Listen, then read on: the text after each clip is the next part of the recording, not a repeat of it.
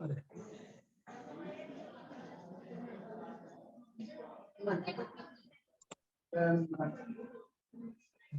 एक मिनट।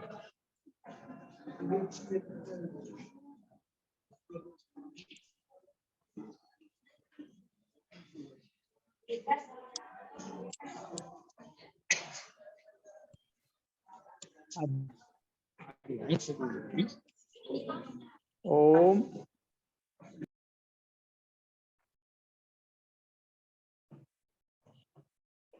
ओम जी, आवाज आ रही है? जी आ रही है। ठीक है जी, आइए आरंभ करते हैं। सभी लोग शांत चित्त होकर के परम पिता परमात्मा ईश्वर जगतकर्ता को पवित्र भावना से एक बार उनका जो मुख्य नाम ओम है, हम सब अपने आराध्य इष्ट देव का नाम पाठ करेंगे, बोलेंगे साथ में। हो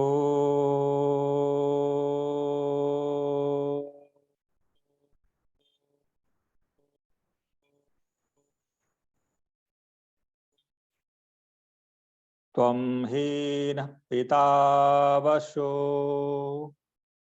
त्वं माता शतक्रतो बभूविथ अधाति सुम्नमीमहे। ओम शांति शांति शांति। सभा में उपस्थित सभी पवित्र आत्मन, मान्यवर पुरुषोत्तम मुनि जी, आदर और सम्मान के योग आदरणीय डॉक्टर वेद प्रकाश शर्मा जी, आदरणीय श्रीमान अनिल नरूला जी, और अभी आपने बड़ा ही सुंदर भजन सुना माता दया जी और आचार्य आवृत्ति प्रभा जी, माता सुनीला रानी जो नोएडा से जुड़ी हैं, और कई सभी लोग का नाम लेना समय का अतिक्रमण होगा, इसलिए मैं सबका सम्मान सबका आदर करता हूं और सभी मनीषीगण को धन्यवाद नमन करते हुए अपनी बात आरंभ करता हूं। जैसा कि आपने पीछे के चर्चा में आपने सुना है कि स्वामी दयानंद जी का योग पक्ष, यौगिक पक्ष से संबंधित बात आप सब अभी तक सुनते आए हैं। अभी आज के सत्र में भी उसी पक्ष को जो कुछ वृत्तांत है आपके बीच रखूंगा। स्वामी जी कुंभ के मेले के पश्चात हिमालय यात्रा पर प्रस्थान कर चुके हैं। आप सब ने सुना ऋषिकेश होते हुए और श्रीनगर से अमरनाथ गुफा, अमरनाथ गुफा से पुनः फिर श्रीनगर से लेह लद्दाख, इन जगहों की यात्रा करता हुआ ऋषिवर देव दयानंद, उनके मन में एक ही प्रश्न था कि कहीं मुझे अच्छे योगी, उच्च कोटि के योगी मिल जाए जिससे कि मेरा योग का मार्ग आगे का प्रशस्त हो। मध्यम कोटि के योगी बन चुके थे, सिद्ध पुरुष हो चुके थे, लेकिन फिर भी आगे मुक्ति का दरवाजा खोलने के लिए गुरु का तलाश है। बिना गुरु का ज्ञान होना, यह ऋषि दयानंद का जीवन वृत्तांत बताता है, असंभव। पुस्तक से पढ़ करके यदि ज्ञान हो जाता तो गुरु की कोई आवश्यकता नहीं होती। मैंने अपने जीवन में भी अनुभव किया कि वर्षों से पुस्तक आदि पढ़ना पढ़ाना ये कार्य करता रहा। पक्ष में हम उन्नति नहीं कर पा रहे थे, लेकिन एक अच्छे उच्च कोटि के साधक हरिद्वार में स्वामी केवलानंद जी से मेरा दर्शन हुआ और उनकी मुलाकात हमसे होना और उनकी कृपा पात्र आशीर्वाद से 2.5 से 3 घंटे की साधना एक बैठक मेरी बन गई और मैं आराम से 3 से 4 घंटे भी बैठ जाता हूँ। एक अच्छी स्थिति बनाने में सफल हुए। तो मैं उस दिन अनुभव किया कि अच्छे योगनिष्ठ गुरु की कितनी महती आवश्यकता जीवन में होती है। इसलिए गुरु बिना ज्ञान नहीं होता।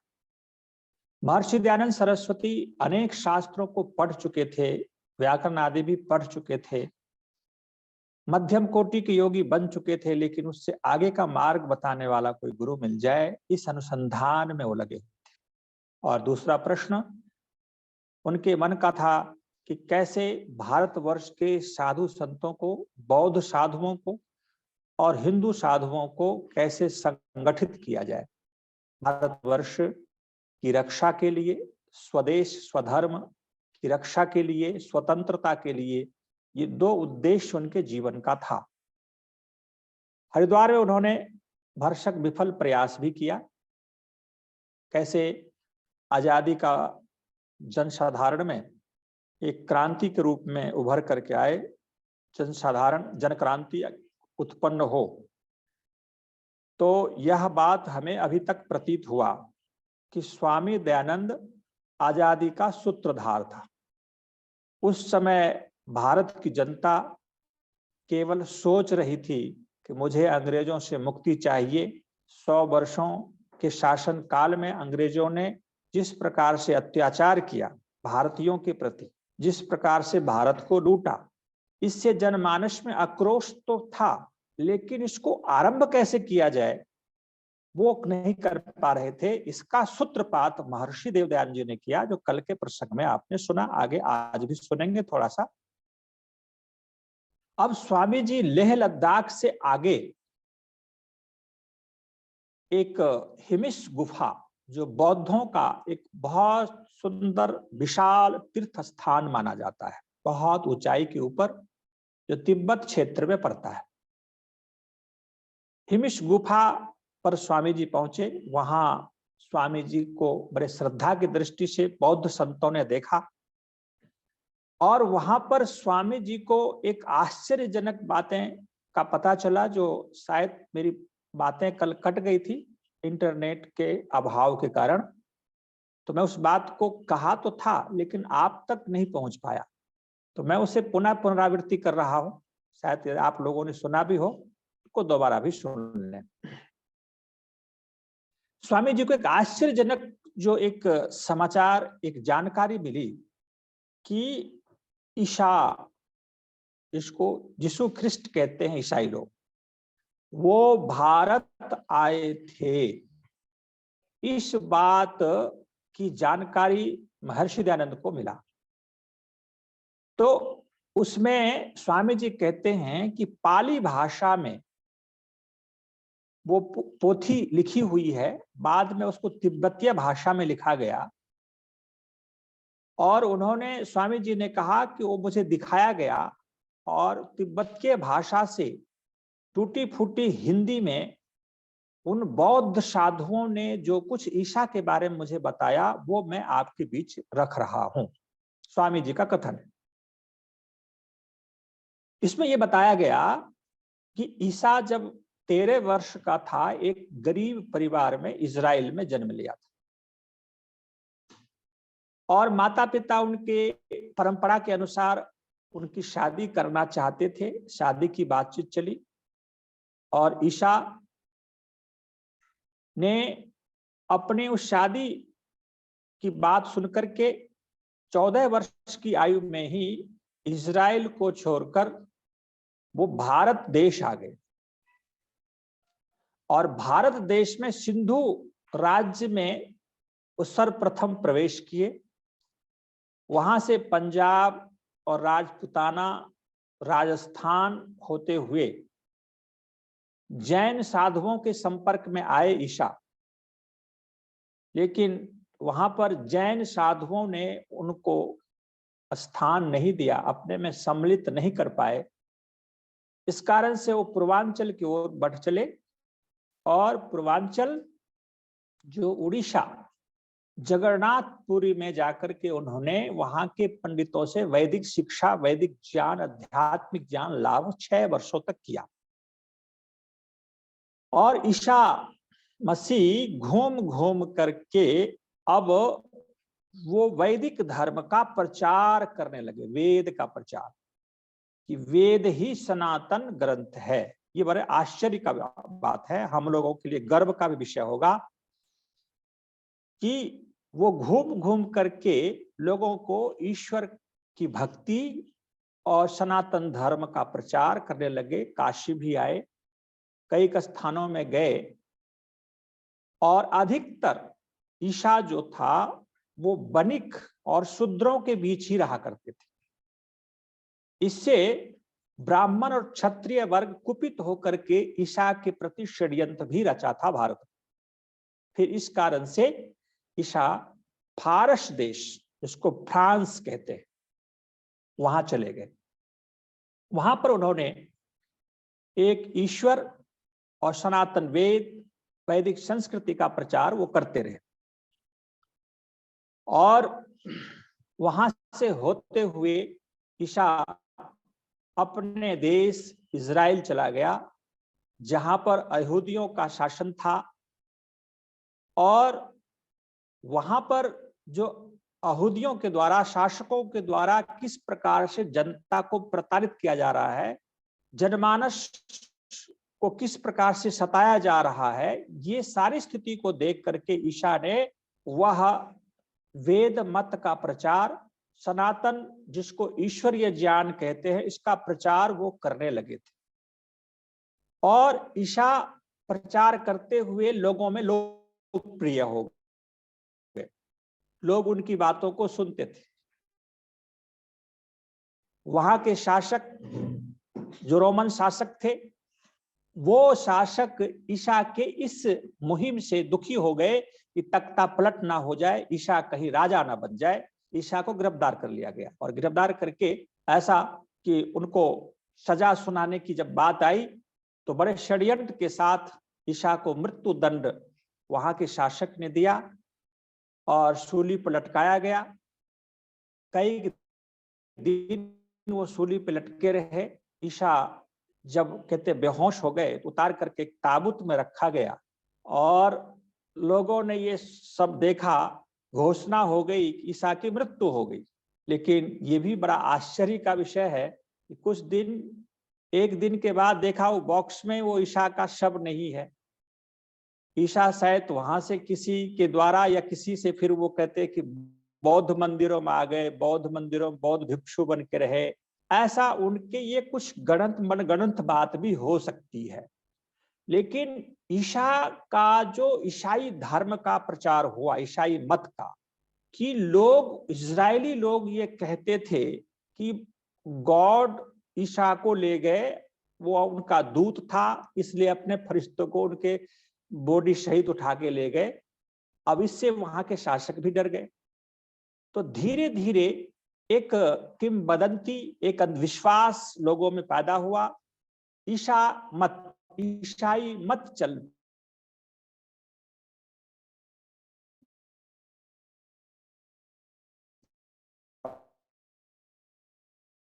दया करो, बस एक दो बातों को पकड़ करके वह मत की परंपरा चल पड़ी। और ईसाई आज 75 देशों से अधिक देशों में ईसाइयों का मत है। मूल में कहीं न कहीं उसके सनातन था, लेकिन ईसा दूरदृष्टि वाला व्यक्ति नहीं था, जिसका परिणाम ये हुआ कि उनके मत को मानने वाले अमानवतावादी क्रूर हो गए और पूरे विश्व में आतंक मचाया। मोहम्मद के बारे में भी ऐसी बातें आती है। बाल्यकाल में वो भी भारतवर्ष में आकर के सनातन धर्म की शिक्षा ली थी, लेकिन उनके मानने वाले और उनके गहराई को ना समझने वाले लोगों ने किस प्रकार से प्रचारित किया, किस प्रकार से कट्टरवादिता आज पूरे विश्व में आतंक मचा रखा है, ये हम सब भोग रहे हैं, झेल रहे हैं। देखिए, ये बहुत ही इतिहास का यह प्रमाण है कि जो व्यक्ति, चाहे वो बहुत ऊंचे पद पे हो, शासक हो या धर्म नेता हो, यदि वो दूरदृष्टि नहीं रखता तो उसके जो भावनाएं हैं कहीं डाइवर्ट हो जाता है। शंकराचार्य की भावनाएं इसी रूप में आज हम देख रहे हैं। शंकराचार्य के बारे में स्वामी दयानंद ने क्या लिखा कि यदि जैनियों को हराने के लिए ब्रह्म सत्यम जगत मिथ्या आदि गुरु शंकराचार्य ने कहा तो ये बातें ठीक है, यथायोग व्यवहार किया, लेकिन सर्वांश में यदि वो स्वीकार करते हैं तो ये गलत है। अब शंकराचार्य जी तो 2500 वर्ष पहले की बात है। अब उनके अनुयायियों ने, वेदांतवादियों ने एक ईश्वरवाद ब्रह्मवादी बनकर के ईश्वर को स्वीकार किया, प्रकृति को अस्वीकार कर दिया, जीवात्मा को अस्वीकार कर दिया। तो उनके अनुयायियों में किस प्रकार से गलत भ्रांतियां फैल गई। मठ के महंत बनने में आपसी किस प्रकार से झगड़ाएं आज तक चल रही है। तो हम कहीं आर्य समाजियों में भी तो इस प्रकार की बातें आ सकती है, ऐसा विचार भी करना चाहिए। क्योंकि हम आर्य समाज के लोग स्वामी दयानंद की भावनाओं को यदि हम ठीक से नहीं समझेंगे तो आगे चल करके शायद मेरे साथ भी, हमारे संस्था के साथ ऐसी घटना घट सकती है।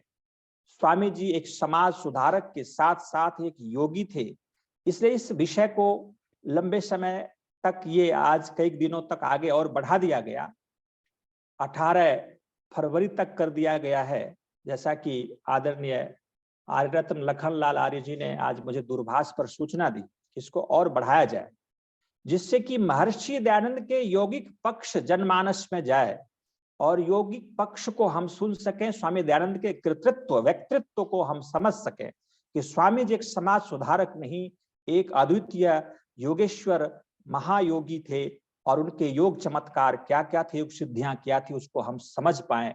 इस बात को जानने के लिए यह प्रसंग ये चल रहा है आपके बीच में।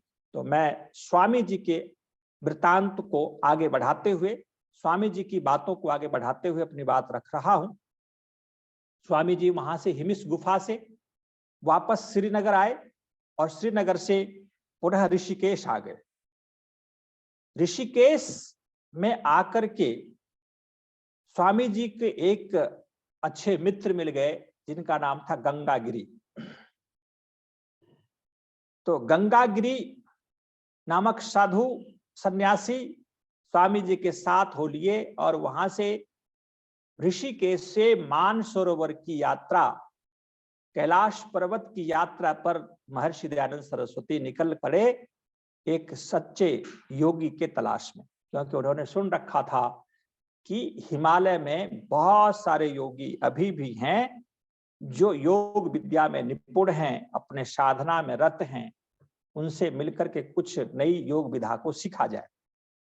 स्वामी जी आगे बढ़ते हुए ब्रह्मकुंड, अलकनंदा और स्वर्गारोहिणी, ये सब मार्ग से होते हुए, सतोपंथ से होते हुए स्वामी जी आगे मानसरोवर की यात्रा की तरफ बढ़ चले। उनके साथ कई तीर्थ यात्री भी साथ में थे, साथ में गंगागिरी भी थे और स्वामी जी और उनके मित्र गंगागिरी जी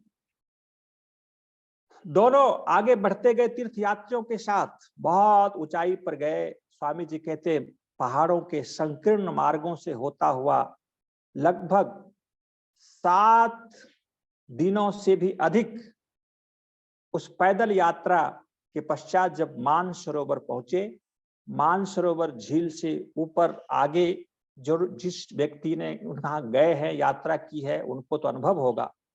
अभी तक मेरा सौभाग्य नहीं हुआ कैलाश यात्रा करने की, इच्छा तो प्रबल रहती है कि इन जगहों पर योगियों को दर्शन किया जाए, जाया जाए।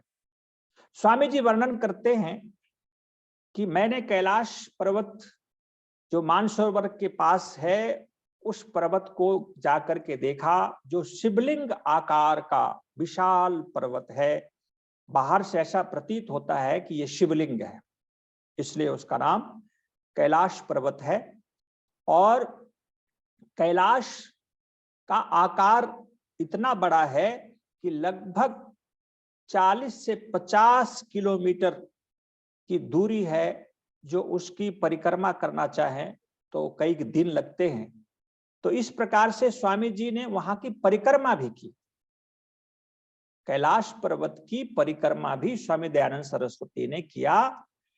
और स्वामी जी कहते हैं कि वहां एक ऐसे गुफा बना हुआ है, इस प्रकार का स्थान विशेष बना हुआ है, जहां पर योगी बैठे हुए जीर्ण शीर्ण मानव कंकाल रूपधारी साधना में लीन है। एक अच्छे अच्छे योगी भी देखा। कई जगह तो स्वामी जी ने एक कंकाल केवल पड़ा हुआ, सिद्धासन में कंकाल है, केवल डेड बॉडी है, हड्डियां बची हुई है। कई लोगों ने अपने शरीर को छोड़ दिया, कई संतों ने, कई योगियों ने। कुछ योगी जो हड्डी बची है वो बैठे हैं, वो मौन हैं, लेकिन योग विद्या सिखाने के पक्ष में नहीं। ऐसा स्वामी जी कहा कि मुझे वहां योगियों से कुछ भी हाथ नहीं लगा, क्योंकि सभी मौन है, जो भी उस गुफा में बैठे हुए, जो दृश्य हैं। और दृश्य जो हो गए उनकी तो चर्चा ही नहीं, उनके तो पता ही नहीं उनके बारे में। कैलाश पर्वत की परिक्रमा करते हुए स्वामी दयानंद सरस्वती आगे बढ़ते हैं। मन में बड़ी उत्कंठा है, लालसा है कि मैं तिब्बत की यात्रा करूं, जो ल्हासा की यात्रा करूं। ल्हासा जो आप सब जानते हैं, तिब्बत का एक बहुत सुंदर शहर है। स्वामी जी ने कुछ तीर्थयात्रियों के साथ वहां से वो चल पड़े और आगे यात्रा करते हुए कुछ बौद्ध संतों के साथ वो आगे बढ़े ल्हासा की तरफ, जो तिब्बत का एक रमणीक स्थान है। बीच बीच में यात्रा के क्रम में स्वामी जी जहां पर पड़ाव होता था वहां पर धर्मोपदेश करते थे, आपसी सत्संग करते थे, साथ में गंगागिरी जी भी थे। तो स्वामी जी बुद्ध के बारे में ये कहा करते थे कि बुद्ध एक हिंदू सन्यासी थे, बुद्ध एक महापुरुष थे। तो बौद्ध संतों ने, उनके मन में शायद द्वंद्व हो गया, उनके मन में शंकाएं हुई कि ये व्यक्ति कहीं बुद्ध का विरोधी तो नहीं है, क्योंकि बौद्धिस्ट लोग बुद्ध को, गौतम बुद्ध को भगवान मानते हैं, ईश्वर मानते हैं। स्वामी जी कहते हैं कई संतों ने पूछा कि आपके दृष्टि में गौतम बुद्ध क्या है, तो कहते थे महापुरुष, वो एक अच्छे साधक, वो एक मनुष्य थे, लेकिन वो महापुरुष बन गए। तो इस प्रकार से जब स्वामी जी ने ऐसा बताया तो बौद्ध साधुओं में एक आपसी मतभेद पैदा हुआ और स्वामी जी के प्रति एक दुश्मन की भावना पनप गई कि स्वामी जी एक शत्रु हैं। स्वामी जी सत्संग, एक ईश्वरवाद की नारा, वेद की प्रशंसा, सनातन धर्म की प्रशंसा करते रहे। तो उस साधुओं के टोली में बुद्ध साधु थे प्राय, एक दो स्वामी जी के पक्ष होते थे, बाकी उनके विरोधी बन गए, दुश्मन बन गए। ये बड़ी विचित्र घटना है जो मैं आपके बीच रख रहा हूं। स्वामी जी ने कहा कि ये सारे साधु ल्हासा शहर पहुंचने से पहले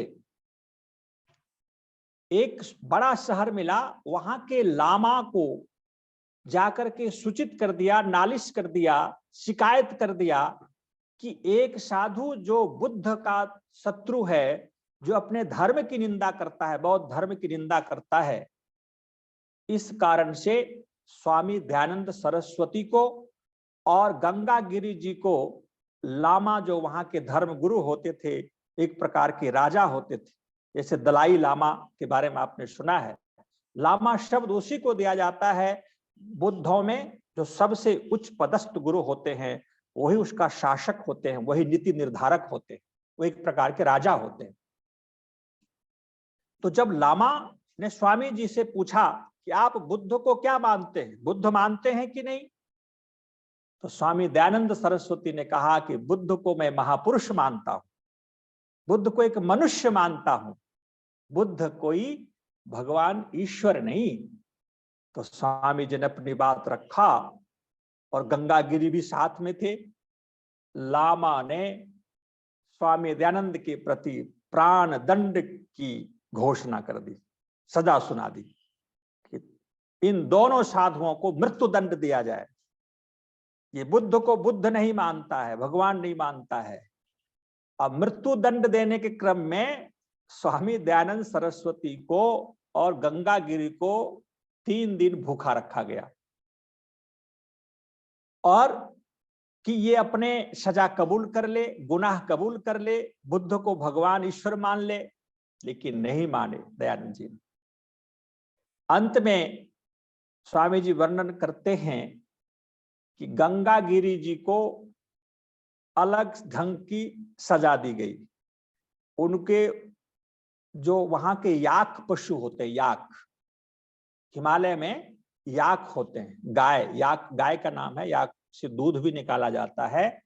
उसकी चमड़ी से गंगागिरी जी को पूरे शरीर को सिल दिया गया, चमड़ी में बंद करके उसको पैक कर दिया गया और धूप में, ठंड में मरने के लिए छोड़ दिया गया भूखे प्यासे। और दयानंद सरस्वती को जहां जिस समय जिसको मृत्यु दंड दिया जाता था, जिस कुएं में लाश को फेंक दिया जाता था, आप समझते हैं उस कुएं में जीवित दयानंद को कुएं में फेंकवा दिया गया, जहां लाश का ढेर पड़ा हुआ। ओहो, इस दारुण स्थिति को क्या हम सब सह सकते हैं? लाश के ढेर पर स्वामी जी एक दिन यूं ही पड़े रहे भूखे प्यासे कुएं के अंदर। तो स्वामी जी कहते वहां की माताओं को, देवियों को, नारियों को दया आ गई कि साधु खामखा मारा जाएगा, तो ये दंड तो दे दिया गया, लेकिन वो देवी की कृपा से गंगागिरी को उस चमड़े के खोल से बाहर निकाला गया। स्वामी जी को एक मोटा रस्सा डाला गया कुआं में, वो देवियों ने डाली और रस्सा पकड़ के स्वामी जी किसी तरह वो बाहर निकल गए। और बाहर निकल करके वहां से फिर धीरे धीरे लहासा शहर के तरफ, तिब्बत से और मध्य शहर में जाने की अपनी यात्रा शुरू की। सज्जनों, इस बात को सुन करके हम सबको ऐसा लगता होगा कि किंवदंती कहानी है, लेकिन उनके जीवन की घटना है। आप योगी का आत्मचरित्र पुस्तक को पढ़ें, वहां पर स्वामी जी ने स्पष्ट वर्णन किया कि उस भयंकर यातनाओं से जब मैं मुक्त हुआ तो मानो मेरा पुनर्जन्म हुआ। एक बार तो स्वयं अपनी इच्छा से बलि चढ़ना चाह रहे थे, एक बार बुद्धों ने उसको मारने का प्रयास किया। जिस बुद्ध मत का ये मंत्र है अहिंसा परमो धर्मः, और वही बौद्धिस्ट जो उनकी बातों को ना स्वीकार करे, कितनी क्रूरता पूर्वक व्यक्ति के प्रति हिंसा करता है, आज उस बुद्ध का सिद्धांत कहां चला गया? निश्चित रूप से कालांतर में किसी भी मत मजहब में धीरे धीरे विकृतियां आ जाती। आज बुद्धों को देखें जाकर के तो उसको भिक्षा में मांस भी मिल गया तो मांस भी खा लेता है, जो कुछ मिल जाए गली सरी चीजें, अच्छी चीजें उसको खाना पड़ता है। मैं अभी सिक्किम की यात्रा पर गया था, वहां बौद्ध मंदिरों में मुझे जाने का अवसर मिला। बौद्ध संतों से मैंने बात की कि आपका जीवन का निर्वाह जब बौद्ध भिक्षुक बनते हैं तो किस प्रकार से होता है। वो उन्होंने साफ साफ कहा कि मैं भिक्षुक बन करके जब मैं किसी घर में जाऊंगा, कोई मेरे पात्र में यदि मांस भी दे दिया तो मैं उसे स्वीकार कर लेता हूँ, खाता हूँ, और मठ में रहता हूं तो नहीं खाता हूं। लेकिन अब मठ से बाहर यदि कोई साधु जाए, वहां भी मांस मछली खा सकता है। जिसका आहार शुद्ध नहीं है वो हिंसावादी कैसे हो सकता है? अहिंसा का पुजारी तो वो होगा जो व्यक्ति सर्वदा सर्वथा सार्वभौमा महाव्रतम, हर काल में हर परिस्थिति में व्यक्ति अहिंसा का पालन करता हो, हर जीवों पर दया करता हो। जो मांस भुक व्यक्ति होगा वो अहिंसक कैसे हो सकता है? तो आज विचित्र स्थिति है। बौद्धों की स्थिति जाकर के देखें। तो आइए हम आगे चलते हैं। वो लहासा पहुंच गए स्वामी जी। वहां पर लहासा के बीचों बीच शहर, बहुत सुंदर शहर है और तिब्बत का। वहां पर उन्होंने झियो नाम का मंदिर जो चतुष्कोण रूप में विद्यमान था, वहां पर सोने की मूर्ति, तरह तरह की देवी देवताएं के रूप में विराजमान कर रखा था बुद्धों ने। वहां देखा, संतों की खोज की, योगियों की तलाश की, लेकिन कोई योगी उन्हें नहीं मिला। इस प्रकार से स्वामी जी को हाथ कुछ भी नहीं लगा, निराशा ही हाथ लगी। स्वामी जी वहां से वापस आने की तैयारी करते हैं। तो गए थे तो ऋषिकेश, बद्रीनाथ आदि होते हुए और इधर सतोपंथ स्वर्गारोहिणी होते हुए, अलकनंदा होते हुए, कैलाश मानसरोवर से फिर लासा के तरफ, उधर से जब वापसी की यात्रा स्वामी जी ने जब आरंभ की, तो वहां के कुछ बनिकों के साथ, कुछ व्यापारियों के साथ स्वामी जी ने उसके झुंड में शामिल हो गए। और वहां से तिब्बत से कुछ व्यापारी लोग कुछ कीमती पत्थर, मानिक मोती, कुछ कस्तूरी, कुछ चमड़े वहां से लेकर के व्यापार के लिए दार्जिलिंग आया करते थे। दार्जिलिंग जो सिलीगुड़ी के आसपास है, सिक्किम के आसपास दार्जिलिंग आप सब जानते हैं। स्वामी जी ने दार्जिलिंग की यात्रा पर निकल पड़े। वहां से उन व्यापारियों के साथ दार्जिलिंग लगभग 16-17 दिन की यात्रा करके पैदल वहां पहुंचे। और दार्जिलिंग जैसे आए तो पुनः वो भारत प्रवेश कर चुके थे। स्वामी जी को कई जगह तलाशी भी ली गई, गुप्तचर भी समझा गया, बड़ी कठोर यातनाएं भी सहनी पड़ी, भूखे प्यासे भी रहने पड़े। वो सन्यासी का एक ही लक्ष्य था कि हमें कोई योग गुरु मिल जाए जो आगे का मार्ग मेरा प्रशस्त हो जाए। स्वामी जी योगी के अनुसंधान में थे और साथ उनके साथ सेकंड नंबर की भावना थी कि भारतवर्ष को आजादी की क्रांति बच जाए और भारतवर्ष इस बनिकों से, इस लुटेरों से मुक्त हो जाए, आजाद हो जाए। ये दो भावनाएं स्वामी जी के मन में थी। स्वामी जी दार्जिलिंग से होते हुए आगे बढ़ते हैं और सिलीगुड़ी होते हुए स्वामी जी सीधे बारिकपुर पहुंच जाते। सज्जनों, मैं उस घटना को भी यहाँ पर बोलना चाहूंगा। बारिकपुर जो बैरकपुर के नाम से प्रसिद्ध है बंगाल में, और वहां बड़े सैन्य छावनी अभी भी है और पहले भी अंग्रेजों के समय में भी हुआ करता था। सन 1911 तक अंग्रेजों की राजधानी कलकत्ता ही रहा। 1911 के बाद दिल्ली राजधानी लाई गई होगी। सज्जनों, वहां पर बारिकपुर में स्वामी जी किसी पेड़ के नीचे हुगली नदी के किनारे वो बैठ गए और उनके साथ गंगा गिरी जी तो कहीं और चले गए, उनके साथ एक नए साधु स्वामी रुद्रानंद जी वहां साथ हो गए। स्वामी रुद्रानंद जी और स्वामी दयानंद जी एक पेड़ के नीचे धुनी रमा दिया। बहुत सारे माताएं, पुरुष स्वामी जी से उपदेश लेने के लिए, आशीर्वाद लेने के लिए आने लगे।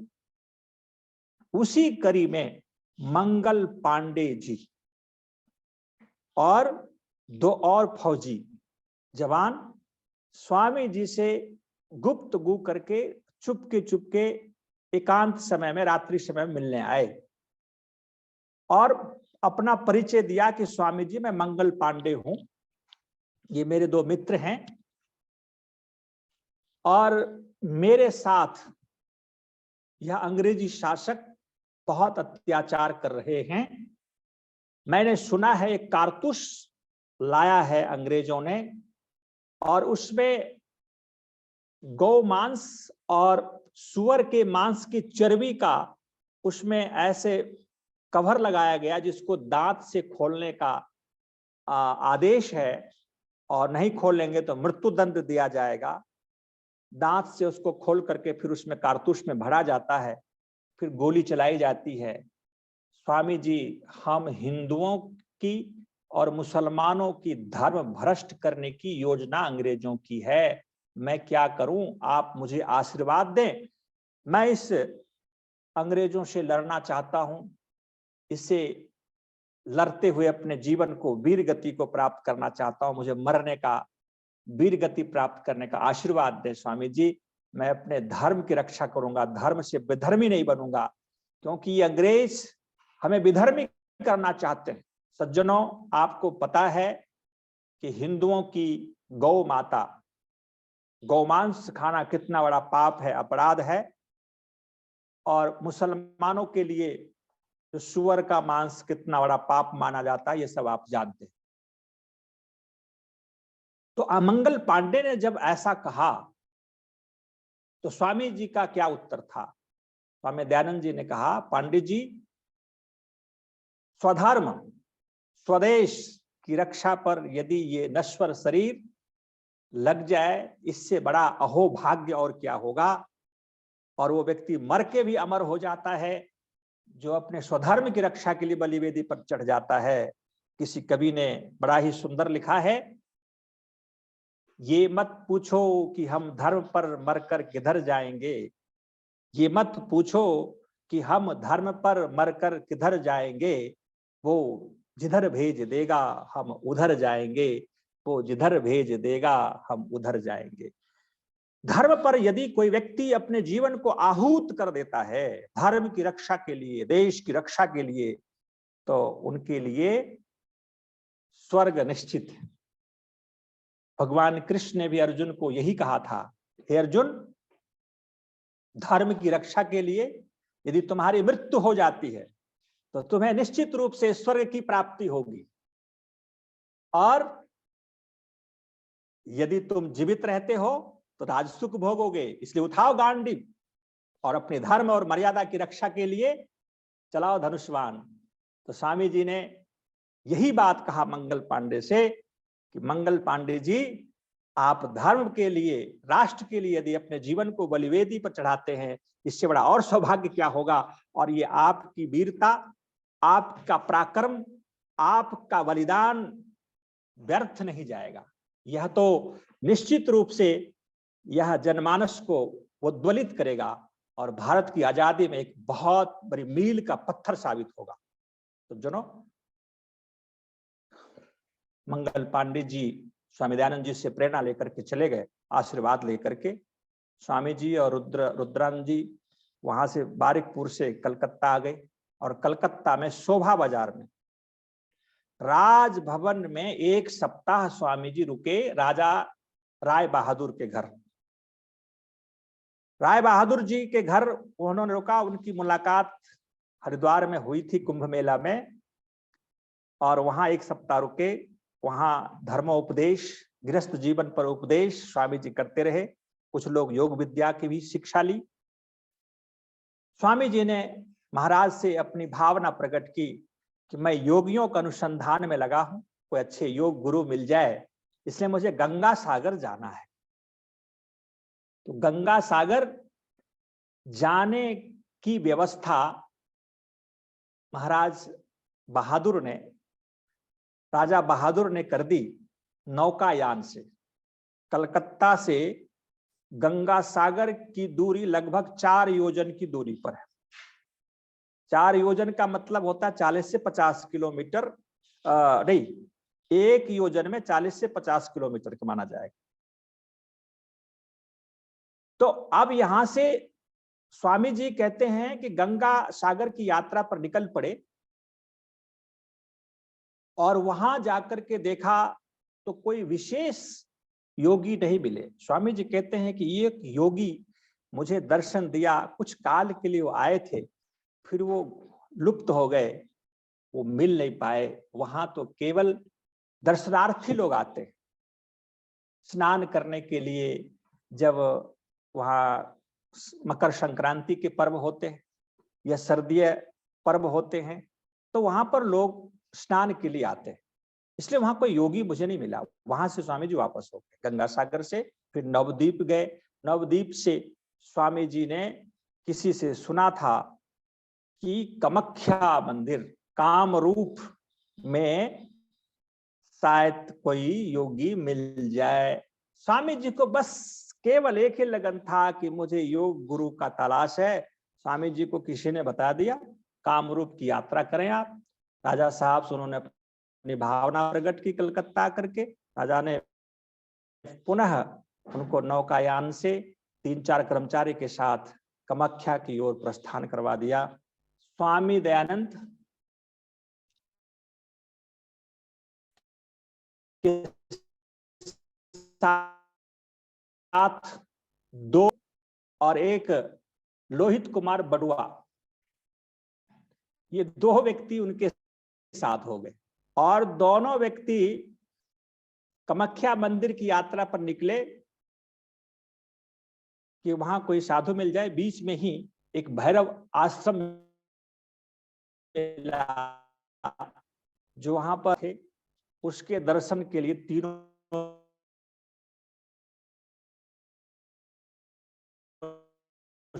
सज्जन पहुंच गए। क्या देखा, बकरे का मांस एक पात्र में रखा हुआ, अग्नि जल रही है और एक टोकरी में छिलका उतारा हुआ लीची की तरह एक टोकरा भर के रखा हुआ था। स्वामी जी ने समझा कि ये लीची को छील करके ये रखा हुआ है। किसी ने कहा कि ये भक्तों को प्रसाद देने के लिए रखा हुआ है। बाद में पता चला कि ये बकरे की आंख निकाल के रखी हुई है जिसको प्रसाद में बांटा जाएगा। ओहो! स्वामी जी तीनों सज्जन, लोहित कुमार जी और कमलाकांत जी और स्वामी दयानंद जी, और वहां उस दिन उस जो पंचमकार पूजन करते हैं वो लोग, वाम मार्गी लोग पंचमकार मानते हैं। तो वाम मार्गी जो लोग होते हैं, तो स्वामी जी ने कहा पंचमकार क्या है, इसका भी वर्णन स्वामी जी ने किया कि मत्स्य, मांस, मद्य, मुद्रा और मैथुन, ये 5 मकार ये वाम मार्गियों का है। तो वो कमलाकांत आदि जो उनके मित्र थे, कहा स्वामी जी आज ये 5 मकार का भी हम लोग आनंद लेंगे, आप यहाँ आ गए हमारे साथ और यहाँ आज अच्छा मौका है, बकरे की मांस से आहुति दी जा रही और सभी के हाथ में खप्पड़ पकड़ाए गए, जो भी बहुत सारी भीड़ लग गई, स्वामी जी के भी हाथ में पकड़ा दिए गए। स्वामी जी उस खप्पड़ को दे फेंका और वहां से बड़े जोर से भागा। वहां उपस्थित लोगों ने पगला पगला कह करके पीछा किया। दयानंद कहा ये पगला कहां से आ गया, पागल है पागल। स्वामी जी देखा कि 2, 3, 4 लोग मेरे पीछे दौड़ लगा रहे हैं, तो कुछ पेड़ का कटा हुआ टहनी लेकर के मोटे मोटे स्वामी जी यूं खड़े हो गए। तो वो लोग डर के मारे कि ये वास्तव में ये पागल है, वापस हो गए। स्वामी जी वहां से फिर वापस कि यहाँ तो बड़ी विचित्र स्थिति है, कोई योगी नहीं, यहाँ तो भोगी है, यहाँ वाम मार्गी लोग हैं। तो जनों, स्वामी जी ने कहा कि वो कामाख्या मंदिर आज भी प्रसिद्ध है, जहां पर पूर्ववर्ती राजा भगवत दत्त राजा के समय में वहां पर मंदिर बनवाया गया था, जहां पर 151 ब्राह्मण के पुत्रों को बलि दी गई। फिर बाद के राजा ने 140 ब्राह्मणों के बच्चों को बलि दी। फिर उसके बाद के राजा ने 700 ब्राह्मणों की बलि चढ़ाई थी। जब से नर बलि प्रथा और वहां पर मनुष्यों को काटना, इस प्रकार से वाम मार्गियों का प्रचलन प्रसिद्ध है, यह देश का कितना बड़ा दुर्भाग्य। स्वामी दयानंद किस प्रकार से यह देश का उद्धार करे, यह सोचने का अवसर, यह समझने का अवसर भारत की यात्रा करते हुए उन्होंने अनुभव किया कि धर्म के नाम पर किस प्रकार से अत्याचार हो रहा है, राष्ट्र के नाम पर, शासन के नाम पर किस प्रकार से अंग्रेज इस भोली भाली जनता को लूट रहा है। स्वामी दयानंद को अब योगी तो नहीं मिले, पुनः वो कलकत्ता लौट गए। सज्जनों, पुनः कलकत्ता लौटकर जब वापस आए, निराश हो गए कि मुझे तो कोई अब योगी नहीं मिलते हुए नजर आ रहा है। स्वामी जी से किसी ने कहा कि स्वामी जी निराश मत होइए, 5-6 पंडित आए कलकत्ता में मिलने के लिए स्वामी जी से।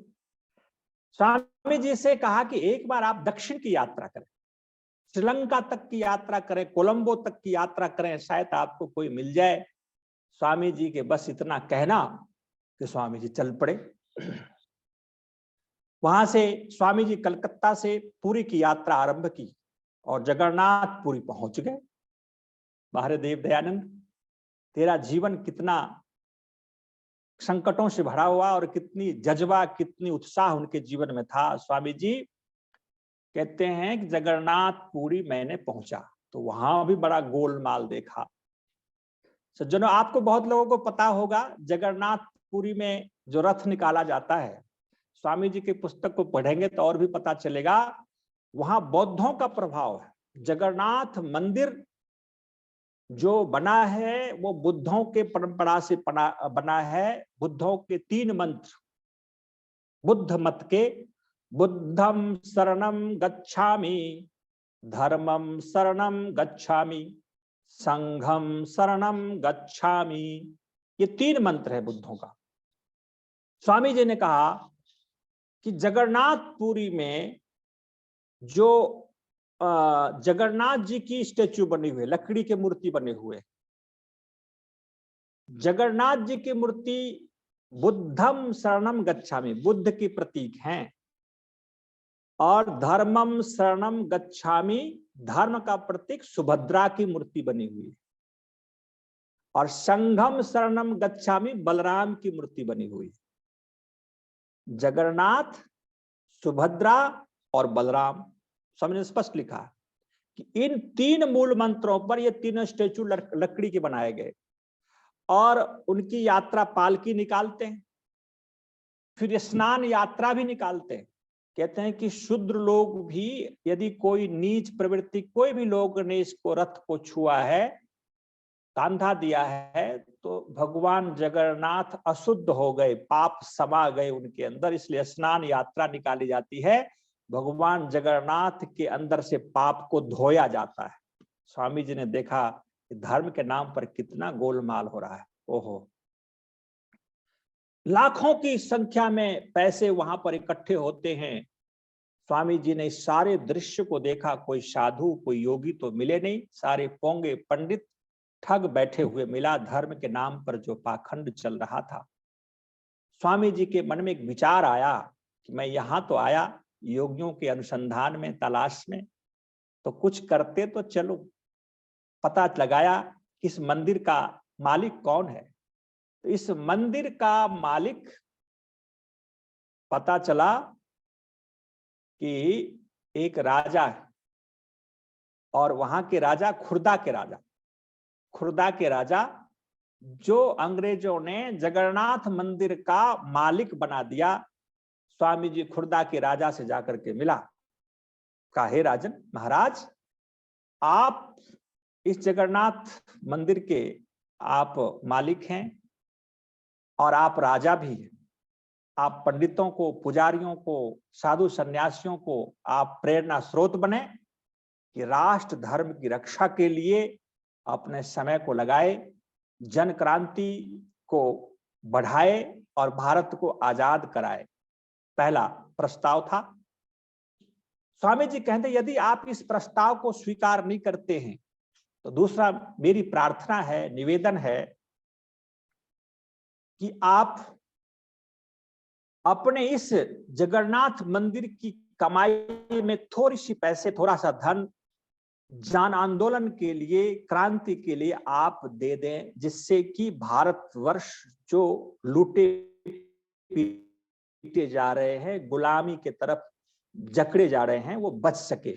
बड़े धीरता से, गंभीरता से खुर्दा के राजा उनकी बात, स्वामी जी की बातों को सुना और बड़े चुपके से, धीरे से स्वर में स्वामी जी से कहा कि महाराज अब ऐसी बातें कभी मत मुझसे करना, ये विधि शासन के न्याय से विरुद्ध है, मैं ऐसा कदापि नहीं कर सकता, ना एक पैसा भी मैं दे सकता हूं इस क्रांति के लिए, और ये बात दोबारा मेरे पास मत कहिएगा। स्वामी जी निराश हो गए, आगे बढ़े, वहां से चल पड़े धनुषकोटि के लिए, वहां श्रीलंका तक की यात्रा करनी। बीच में बहुत सारे मंदिरों को देखा जहां लाखों चढ़ावा आते हैं, आज भी लाखों चढ़ावा आते हैं। आप साईं की शिरडी में जाकर के देखें या आप सुनते हैं न्यूज में, या ऐसे बहुत सारे मंदिर हैं जहां धन का ढेर है। यदि उस धन का उपयोग किया जाए सनातन धर्म की रक्षा के लिए, देशवासियों के लिए, तो हम समझते हैं कि जो हमारी गरीबी है, भूखमरी है, अभाव है, वो सब मिनटों में समाप्त हो सकता। अब भी ऐसी स्थिति है। स्वामी जी के समय भी था। आज से 200 वर्ष पहले, 150 वर्ष पहले की घटना आप विचार करें। स्वामी जी ने कहा, देखा कि अनेक मंदिरों में लाखों की चढ़ावा आ रहा है, लेकिन वो पैसे का दुरुपयोग होता है। केवल पंडित पुजारियों के पेट भरण पोषण में, ऐसो आराम की जिंदगी में व्यय होता है। वो भारत की जनताओं के लिए कोई काम नहीं आता है। स्वामी जी ने इस बात का अनुभव किया, लेकिन स्वामी जी की बात कौन सुने। वहां से स्वामी जी बढ़ते हुए धनुष कोटि गए। धनुष कोटि से फिर आगे स्वामी जी लंका की यात्रा पर गए। स्वामी जी को सरकारी पास भी मिल गया था और बुद्ध साधुओं के साथ स्वामी जी लंकापुरी पहुंच गए, जहां पर सिंघल स्थान है, कोलंबो। वहां स्वामी जी कई दिन, कई सप्ताह वहां रहे। वहां के पर्वतों में, गुफाओं में घूमे, वहां के बुद्ध मंदिरों को देखा, लेकिन कोई साधु नहीं मिला, कोई योगी नहीं मिला स्वामी जी को। स्वामी जी श्रीलंका से वापस होते हैं और उस समय स्वामी जी को एक सम्मेलन में भाग लेने का निमंत्रण भी मिल गया, बुद्धों का सम्मेलन। स्वामी जी कहते हैं, मैंने बुद्धों के सम्मेलन में भी भाग लिया था, मुझे निमंत्रण मिला था, और मैंने अपनी बात, सनातन की बात, विवाह के रूप में रखा था। कुछ लोगों ने मुझसे प्रश्न किया कि भारत में बुद्ध मत का प्रचार बड़े न्यून स्तर पर चला गया है, ह्रास हुआ है, इसका क्या कारण है स्वामी जी, आप बताएंगे? कहा, हाँ मैं बताता हूं। स्वामी जी ने अपने बेबाकी के साथ कहा कि बुद्ध मत का प्रचार भारतवर्ष में इसलिए न्यून हो गया क्योंकि वेद विरुद्ध, ईश्वर को ना मानना, वेद के विरुद्ध प्रचार करना और बौद्ध मतों का प्रचार राजा महाराजाओं पर छोड़ देना और बौद्ध भिक्षुओं और भिक्षुणी का नियुक्ति एक साथ करना, ये सब पतन का कारण रहा। यदि बौद्ध मत वेद का विरोध ना करता, यदि बौद्ध मत एक ईश्वरवाद परमात्मा का विरोध ना करता, अपने मत का प्रचार सही रूप से करता, अपने हाथों में रखता, बौद्ध भिक्षुणी और भिक्षु को एक साथ नहीं रखता, तो शायद बौद्ध मत पूरे भारतवर्ष कहीं बौद्धिस्ट बन गए होते, निश्चित रूप से। लेकिन ये सब कारण रहा।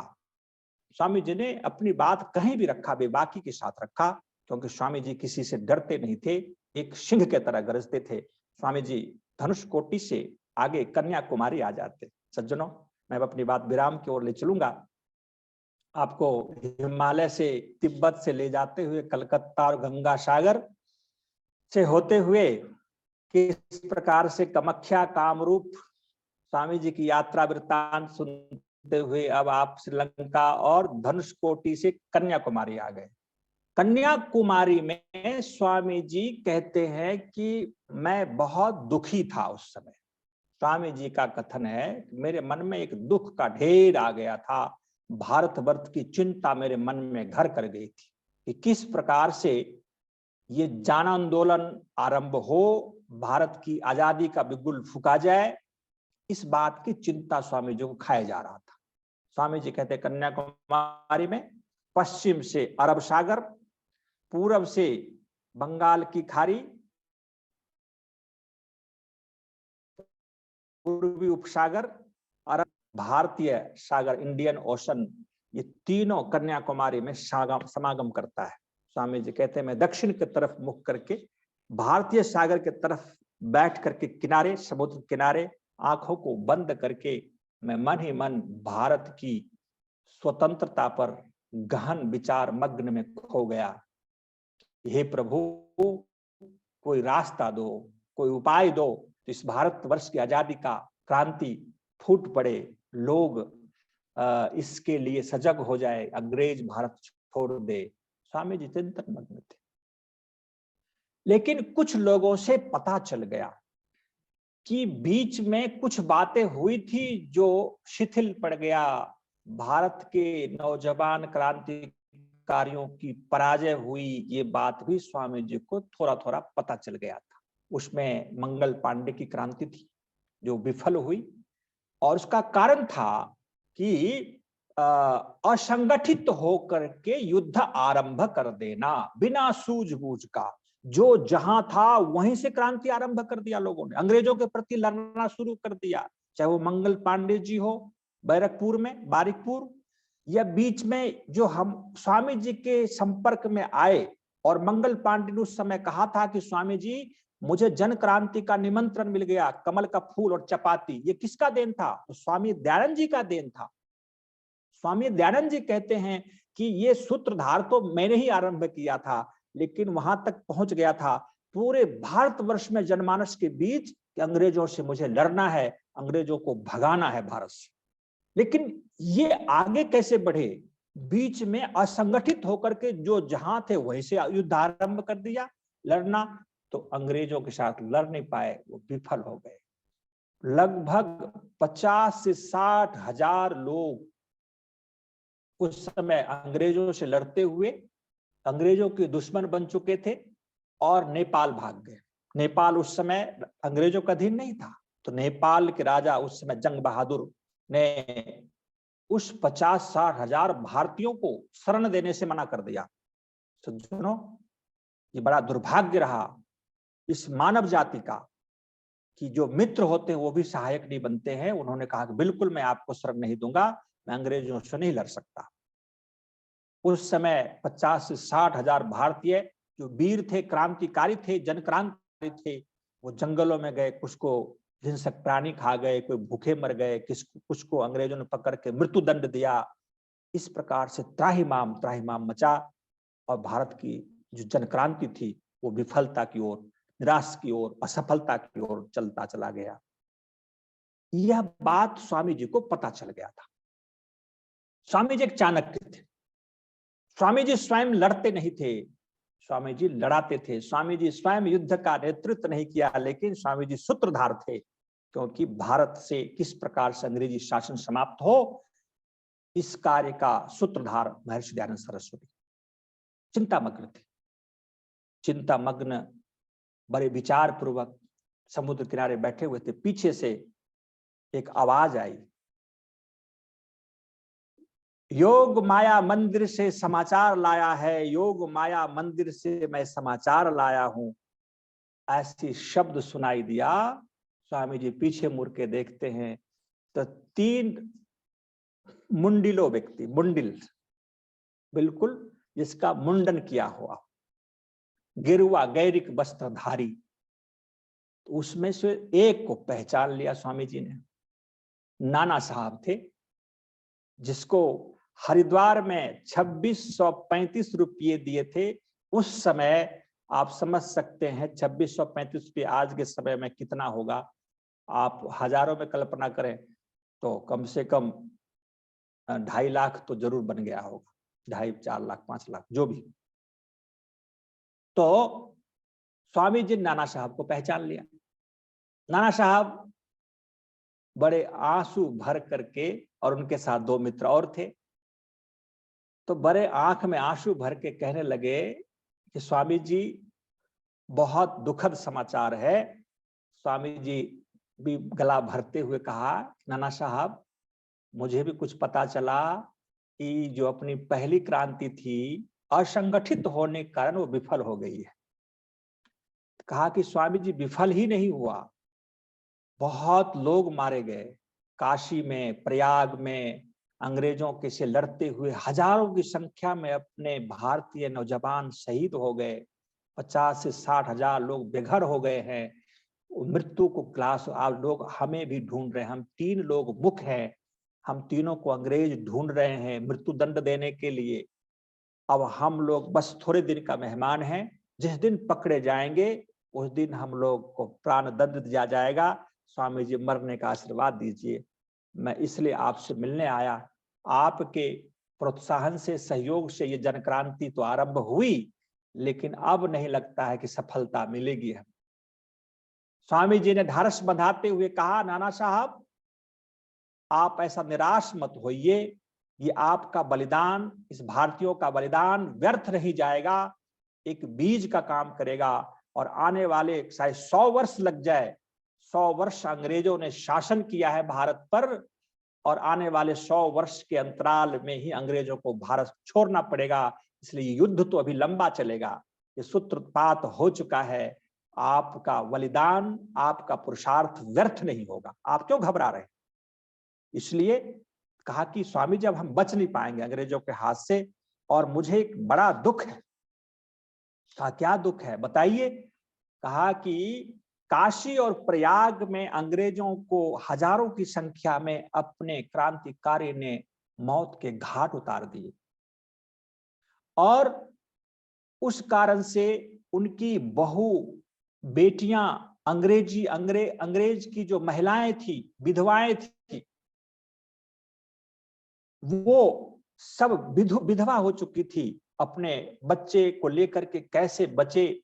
लगभग 200 की संख्या में कानपुर के समीप उनको कुछ क्रांतिकारियों ने, देश की आजादी के भक्तों ने उन विधवाओं को, उन बच्चों को बलिवेदी पर चढ़ा दी। मैं अपने आंखों से देखा, उनको सबको मार करके कुएं में डाल दिया है। स्वामी जी, इस दुर्घटना का कारण अज्ञात रूप से मैं ही हूं। आपने मुझे सूत्रपात के लिए कहा, इतना रक्त रंजित हुआ। मैं उस महिलाओं बच्चों के वध का कारण मैं हूं। मैं प्रायश्चित करना चाहता हूं, मैं आत्महत्या करना चाहता हूं, मैं जीवित रहना नहीं चाहता हूं, मैं देख नहीं सकता। स्वामी जी ने कहा कि नाना साहब, आप विकल इतना मत हो। आत्महत्या तो कायर और मानसिक रोगी व्यक्ति करता है, और शरीर त्याग तो तेजस्वी व्यक्ति करता है। आप तेजस्वी हैं। योगी व्यक्ति जो शरीर का त्याग करता है, योग बल से अपने शरीर को छोड़ता है, या वीर गति को प्राप्त करता है, वीर पुरुष, तेजस्वी पुरुष। इसलिए आत्महत्या की बात तो छोड़ दें अपने मन से। आप सन्यासी बने। ये दो सज्जन कौन है? कहा कि स्वामी जी मैं परिचय देता हूं। ये दो सज्जन, एक तो हमारे मित्र तत्या टोपी जी हैं, और एक हमारे मित्र दुर्जय राव जी, दुर्जय राव, और एक नाना साहब। तीनों व्यक्ति गैरिक वश में, सन्यासी वेश में, मुंडन किए हुए, अंग्रेजों छुप छुप करके भागते फिरते थे। स्वामी जी ने कहा, आप तीनों व्यक्ति घबराए नहीं, घबराने की कोई प्रश्न ही नहीं है। आपने बहुत अच्छा काम किया है, एक चिंगारी तो जगाई है, आरंभ तो आपने किया है। अब ये युद्ध चलेगा लंबा, और भारत की आजादी होगी, होकर रहेगी, यह आप निश्चित जाने।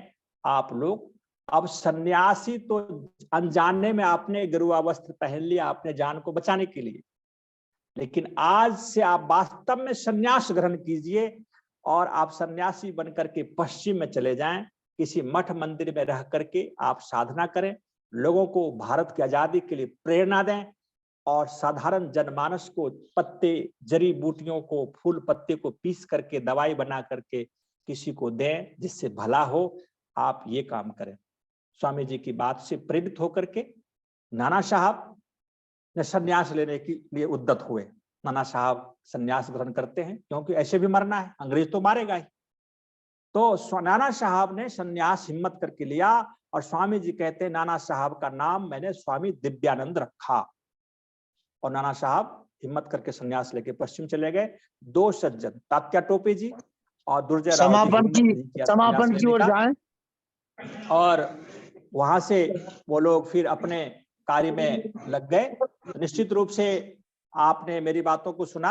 अपनी बातों को अब मैं यहाँ पर विराम करता हूँ।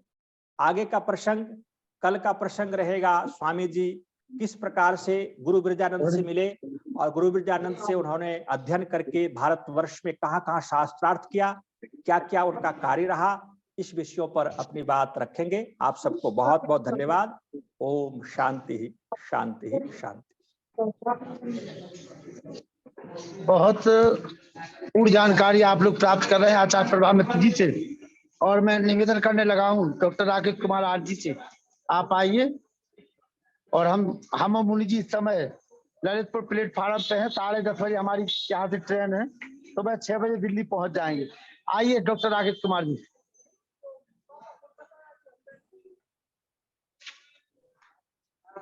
डॉक्टर राकेश कुमार जी।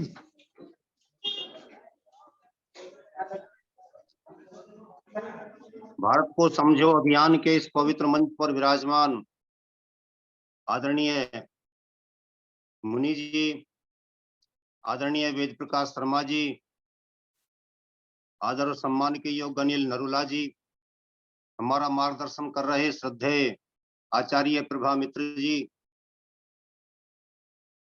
मंच पर विराजमान श्रद्धेया माताजी चंद्रकांता जी और श्रद्धेया परम श्रद्धेय बड़े भाई साहब देवेंद्र सिंह आर्य जी, जगदीश प्रसाद पारासर जी, कार्यक्रम का सफल संचालन कर रहे आदरणीय लखनलाल आर्य जी, उन्होंने मुझे संकेत दे दिया है कि हम ट्रेन को पकड़ने के लिए खड़े हैं, समय थोड़ा है, जल्दी करना। तो मैं भी समय ज्यादा नहीं लूंगा। मैं आचार्य श्री का हृदय से अभिनंदन करता हूं। निरंतर हमारा मार्गदर्शन इतिहास की घटनाओं पर कर रहे हैं, बड़े विद्वतापूर्ण तर्कपूर्ण आधार पर कर रहे हैं और स्वामी दयानंद जी महाराज के जीवन के उन अनछुए पहलुओं को हमारे सामने प्रकट करने का अभिनंदनीय प्रयास मार्गदर्शन उनका है, जिसको इतिहास से छुपाया गया। प्रचलित इतिहास में इतनी गहराई से इन तथ्यों को कहीं प्रकट नहीं किया गया। अब समय आ गया है भारत को समझो अभियान के अंतर्गत हम इसको उजागर करें, स्थापित करें और वर्तमान इतिहास में इसको स्थान देने के लिए एक नई क्रांति का सूत्रपात करें। आचार्य श्री के मार्गदर्शन में और जो भी ज्येष्ठ श्रेष्ठ वरिष्ठ जन हमारे साथ हैं इस अभियान में संरक्षक के रूप में, मार्गदर्शक के रूप में, उसके चलते हम निश्चय ही इसमें सफल होंगे। हम होंगे कामयाब एक दिन, पूरा है विश्वास, मन में है विश्वास। ये हम लेकर के चल रहे हैं। मैं कहना चाहूंगा कि कल की जो तैयारी है वो आपकी पूर्ण हो चुकी है। ये पुस्तक मेरे हाथों में आ गई है, कल के लिए जो वहां बांटी जाएगी। और बहुत बहुत बधाई, बहुत बहुत बधाई। इसमें आप देख रहे हैं जो प्रारंभ है वो श्रद्धेय ज्येष्ठ भ्राता श्री देवेंद्र सिंह आर्य जी के संपादकीय से हुआ है। तो इसके पश्चात ये सारी घटनाएं बहुत संक्षेप में यहाँ पर देने का प्रयास किया है कि 1857 क्रांति में स्वामी दयानंद जी का किस प्रकार योगदान था और किस प्रकार उन्होंने सामाजिक, राजनीतिक, आर्थिक, धार्मिक सभी क्षेत्रों में क्रांति का सूत्रपात कर हमारा मार्गदर्शन किया था, राष्ट्र जागरण का कार्य किया था। ये पुस्तक वहां पर सारे पदाधिकारियों के फोटो भी हमने इसमें दे दिए हैं, जो भी हमारे राष्ट्रीय पदाधिकारी हैं। इस बार प्रांतीय पदाधिकारियों को नहीं दिया गया है, लेकिन जिस जिस प्रांत में कार्यक्रम होते जाएंगे और जिस जिस प्रांत में संगठन को खड़ा किया जाता रहेगा, उसी उसी का एक अंक, विशेषांक हम अलग अलग देते जाएंगे। इसके अंत में हमने आर्य समाज के 10 नियम भी दे दिए हैं और इसको और भी अधिक उपयोगी बनाने के लिए, आर्य परिवारों में इसको रखने के लिए प्रयास किया गया है कि दैनिक यज्ञ के सभी मंत्रों को भी इसमें हमने स्थान दे दिया है। साथ ही स्वामी दयानंद जी महाराज की जो संक्षिप्त जीवनी है और किस प्रकार उन्होंने क्रांति का सूत्रपात किया था, उस सब को श्रद्धेय भाई साहब ने अपने लेख के माध्यम से स्पष्ट किया है। तो अन्य घटनाओं पर संक्षेप में मेरे द्वारा प्रकाश डाला गया है। आप सभी के आशीर्वाद, सहयोग, सानिध्य, सामीप्य, मार्गदर्शन और आपके उत्साहजनक कार्यशैली, जीवन शैली, ये सब कुछ हमारे साथ है, संगठन के साथ है और निश्चित रूप से हम स्वामी दयानंद जी के सपनों का भारत बनाने में सफल होंगे। उसमें श्रद्धेय आचार्य प्रभा मित्र जी जैसे दिव्य पुरुषों का सानिध्य और मार्गदर्शन हमको मिलता रहेगा।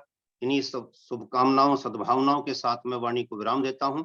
समय की मर्यादा का ध्यान रखते हुए आप सभी के लिए हृदय से धन्यवाद और कल जो जो लोग यहाँ पर आ रहे हैं उन सबको अग्रिम शुभकामनाएं देते हैं, उनकी यात्रा मंगलमय हो और सुबह हम उनके लिए बहुत अच्छे तरीके से स्वागत के लिए वहाँ तैयार मिलें। निश्चित रूप से माननीय वेद प्रकाश शर्मा जी का मन तो कर रहा है, परंतु वो आ नहीं पा रहे हैं, कोई बात नहीं, तो अगले सप्ताह हम आपके यहाँ आ जाएंगे। धन्यवाद। बहुत अच्छे, शुक्रिया जी। डॉक्टर निष्ठा विद्यालयकार जी, आइए। डॉक्टर निष्ठा जी आइए।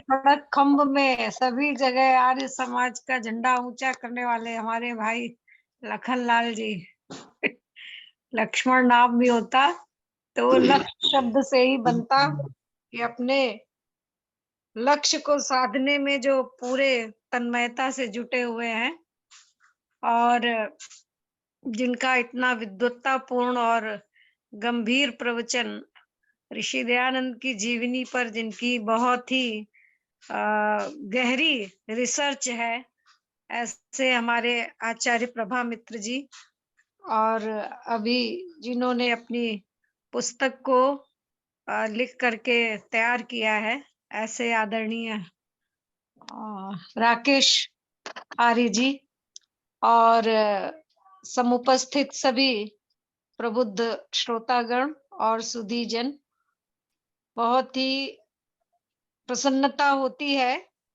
कि ये कार्यक्रम उत्तरोत्तर प्रगति पथ पर आरूढ़ है और एक से एक धुरंधर विद्वानों को और श्रोताओं को जोड़ करके कड़ी से कड़ी लड़ी से लड़ी मिला करके आदरणीय लखन जी इसको हर तरह से प्रगति पथ पर आरूढ़ किए हुए हैं, हार्दिक बधाई के पात्र हैं। और ऋषि दयानंद के जीवन परिचय से हम सभी आर्यों को, सभी लोगों को परिचित होना बहुत आवश्यक है। तो एक जो पूरा कथा में रूप में आदरणीय आचार्य प्रभा मित्र जी हम सभी लोगों को बता रहे हैं, बड़ी अच्छी सरल और सुबोध शैली है आचार्य जी की कि सुनते ही ग्राह्य होता चला जाता है और एक एक बात ऋषि दयानंद की जीवन की हमारे अंदर उतरती चली जाती है। उनकी एक एक जीवन की जो झांकी है वो बड़े ही अद्भुत तरीके से हमारे सामने उपस्थित कर रहे हैं। 19वीं शताब्दी महापुरुषों के काल के नाम से ही जानी जाती है और इस शती में जितने भी महापुरुष पैदा हुए, समाज सुधारक पैदा हुए, सभी एक क्षेत्र में वो कार्य कर पाए। कोई धार्मिकता के क्षेत्र में, कोई सामाजिकता के, कोई राजनीति में, कोई सांस्कृतिक में, लेकिन ऋषि दयानंद ने धार्मिक, सामाजिक, सांस्कृतिक, राजनीतिक सभी क्षेत्रों में क्रांति का बिगुल बजाया। तो इसलिए ऋषि दयानंद के सम्मुख अन्य महापुरुष उस ऊंचाई पर नहीं खड़े हो पाते हैं। श्रीमती एनी बेसेंट ने कहा था कि जब एक स्वराज्य का मंदिर बनेगा और उसमें सारे महान पुरुषों की तस्वीरें लगेंगी, तो उन महान पुरुषों की तस्वीरों का जो कंगूरा होगा वो ऋषि दयानंद होंगे। तो इसलिए किसी कवि ने दयानंद जी के लिए लिखा, लगा जब आम डाली पर फटी छाती अनारों की, लगे बेचारे पछताने की हमको कौन पूछेगा। चढ़ा आकाश को नारियल जटा धारण किए सिर पर, पड़ा है पेट में पानी कि हमको कौन पूछेगा। कि बढ़कर क्या करेंगे हम यही अंगूर ने सोचा, इसी से रह गया छोटा कि हमको कौन पूछेगा। सुनी बढ़ती आम की जब तो कलेजे के हुए टुकड़े, इसी से कलेजे के हुए टुकड़े कि हमको कौन पूछेगा। संतरे के लिए है, पंक्ति विस्मृत हो गई। और सुनी जब आम की बढ़ती तो वो जल भुन गया जामुन, इसी से पड़ गया काला कि हमको कौन पूछेगा। फलों का राजा आम बन गया, सभी को अफसोस है भारी कि हमको कौन पूछेगा। इसी भांति दयानंद की हुई दुनिया में जब शोहरत, विधर्मी पड़ गए फीके कि हमको कौन पूछेगा। इसलिए ऋषि दयानंद के जो कार्य है वो महतो महियान है और उनका वर्णन कर पाना चंद शब्दों में संभव नहीं है। इतने दिनों से हमारे आचार्य जी आपको बता रहे हैं, तो जितना ही ऋषि दयानंद की गाथा कही जाए उतनी ही कम है। और अभी हमारे भ्राता जी स्टेशन पे ही हैं और जल्दी से वो घर पहुंचे, ट्रेन राइट टाइम आ जाए, और यही मेरी हार्दिक शुभकामना है। आप सभी लोगों का बहुत धन्यवाद। बहुत बहुत आभार बहन जी, निश्चित रूप से आपकी शुभकामनाएं, आपका स्नेह प्रेम आशीर्वाद यूं बना रहे।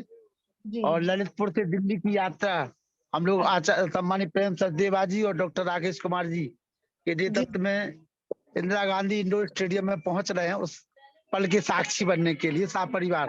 वाह, तो अरे मैं वाह निवेदन करूंगा वाह वाह देवेंद्र वाह, जी। बहुत हार्दिक शुभकामनाएं।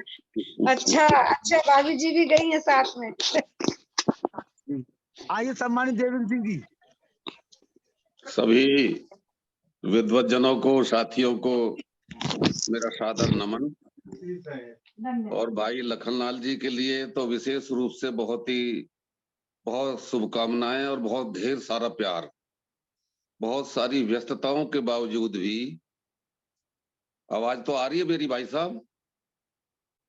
ये आवाज आ हेलो। रही है, आवाज आ रही है, बोलिए बोलिए, आवाज हाँ, आ रही है।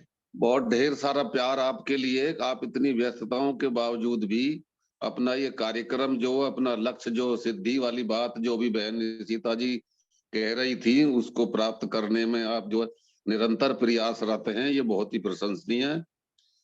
अभी जो मैं प्रभा मित्र जी को भी सुन रहा था, भाई डॉक्टर राकेश आर्य को सुना, बहन निशिता जी को सुना, डॉक्टर साहब को, और इसके अलावा और बहुत विद्वज्जन जो हमारे दर्शक भी हैं और अभी हमारा मार्गदर्शन भी करते रहते हैं, उनको भी सबको हम रोज प्रतिदिन आपके इसी माध्यम से सुनते रहते हैं, चैनल से जो है। बहुत अच्छा लगता है आपका प्रयास, वास्तव में ही जो मैं हृदय से कह रहा हूँ, बहुत ही प्रशंसनीय है। वास्तव में ही आप आर्य रत्न हैं। जैसा कि अभी आचार्य प्रभा मित्र जी बहुत ही सरल शब्दों में लेकिन बहुत ही गूढ़ विषय को रख रहे थे। ऐसा विषय है कि जो हर किसी व्यक्ति को मालूम नहीं है, और उनका जो अनुसंधान है इस विषय पर, वो भी वास्तव में बहुत प्रशंसनीय है।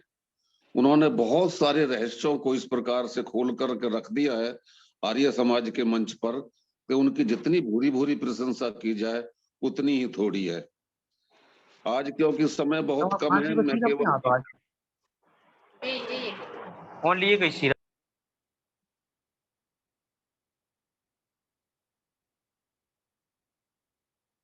हाँ जी, हेलो। जी बोले भाई साहब, बोले, वो बीच में माइक खुल गया था ये व्यक्ति का, बोलिए। अच्छा अच्छा, कोई नहीं कोई नहीं। हाँ, बस मैं इतना जोड़ना चाहूंगा आचार्य प्रभा मित्र जी की बातों में कि जो वो बुद्ध की बात कर रहे थे, जैनियों की बात कर रहे थे, तो सत्यार्थ प्रकाश के एकादश समोल्लास की अनुभूमिका में महर्षि दयानंद ने जो लिखा है कि जो महाभारत का युद्ध हुआ था, जिसको करीब 5100-5200 वर्ष के करीब हो चुके हैं, यानी 5 सहस्त्र वर्ष जिसको हो चुके हैं, उसको चलते हुए ही ये पुरानी जैनी, किरानी और कुरानी जो धर्म आए थे, ये उसके 2500 वर्ष के पश्चात आए थे। यानी महाभारत को यदि 5000 या 5100 वर्ष के करीब हुए हो गए हैं, तो उसके भी 2500 वर्ष तक यह पूरी दुनिया, पूरा विश्व जो भारत से ही गवर्न होता रहा, जो भारत की सभ्यता थी, संस्कृति थी और धर्म था, वही प्रचारित और प्रसारित होता रहा। लेकिन यदि उसको समाप्त करने की बात प्रारंभ हुई, तो वह भी केवल भारतवर्ष से ही प्रारंभ होती थी, और वो जैन और बौद्धों के रूप में हुई थी।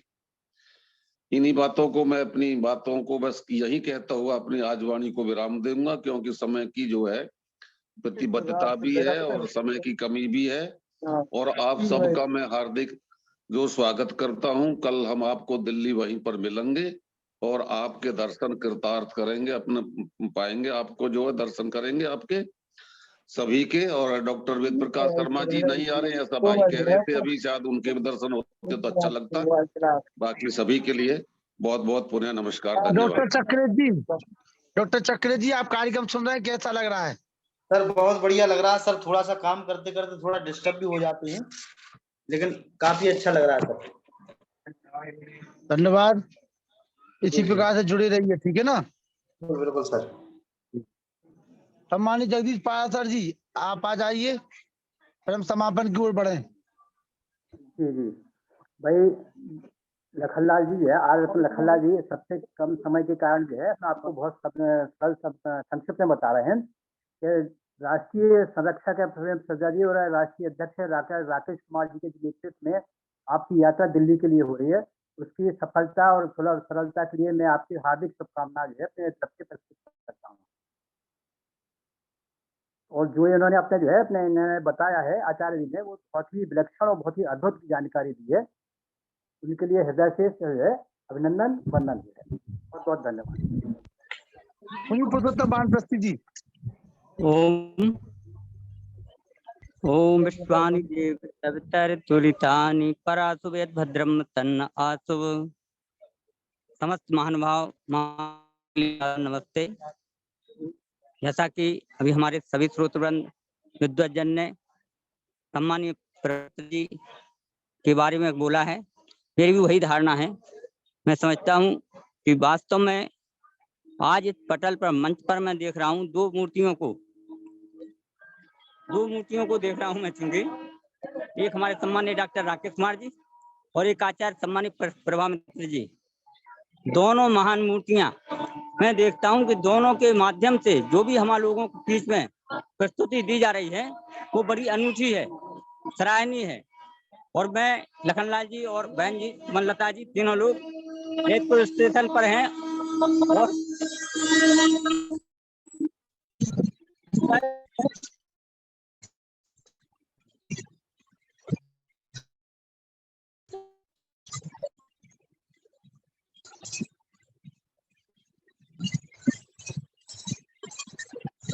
प्रातः काल को सभी महानुभावों के दर्शन करेंगे। डॉक्टर साहब के, वेद प्रकाश जी के, नरूला जी के आदि के, और भी जो भी महान मूर्तियां हमारे वहां मिले उपस्थित होंगी, सभी के दर्शन होंगे। हम लोगों का सौभाग्य होगा। ओम शम। चलिए अब ज्यादा लंबा ना खींचते हुए, मौसम की नजाकत को देखते हुए मैं निवेदन करूंगा वेद प्रकाश शर्मा जी से। सम्मानित वेद प्रकाश शर्मा जी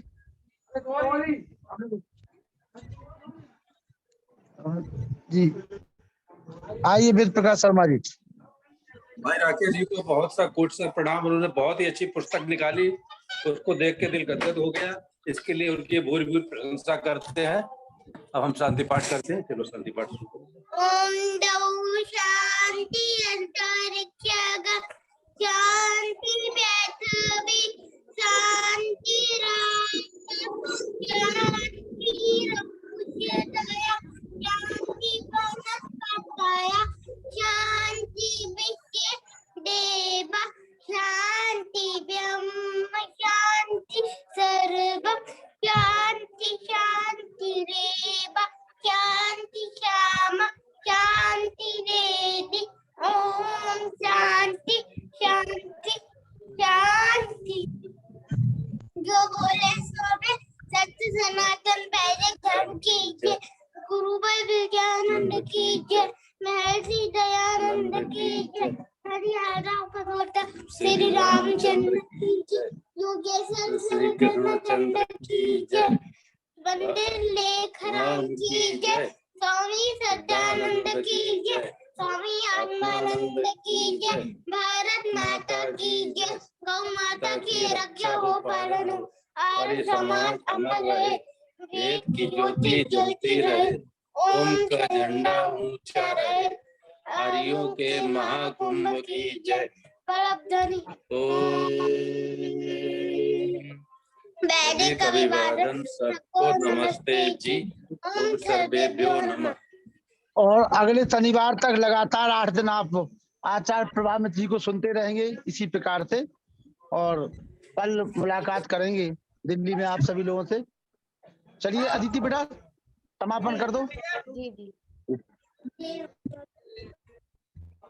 आप सभी को सादर नमस्ते।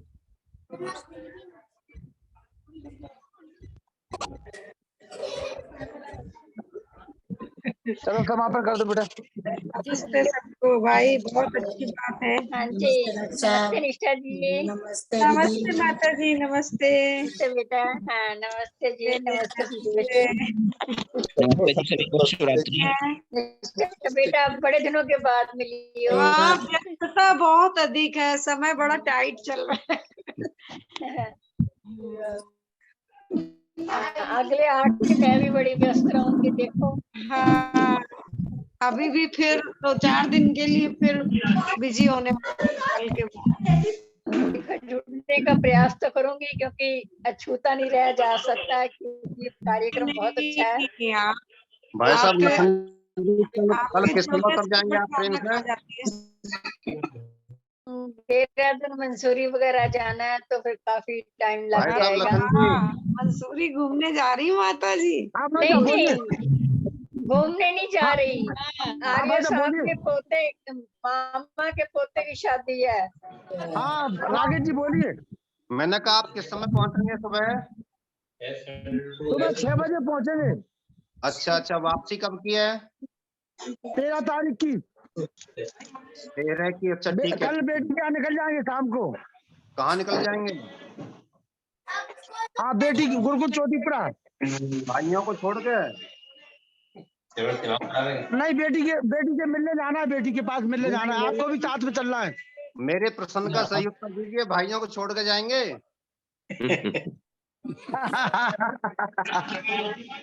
चलिए मैं आ रहा हूँ अभी, यार फोन से बात करता हूँ आपसे। चलिए ठीक है। यात्रा मंगलमय हो, समय से पहुंचे आप, ईश्वर से प्रार्थना करते जी। चलिए मुलाकात करता हूँ जी। सभी के लिए शुभ रात्रि। नमस्ते।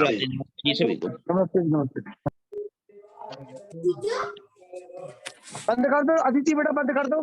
ठीक है।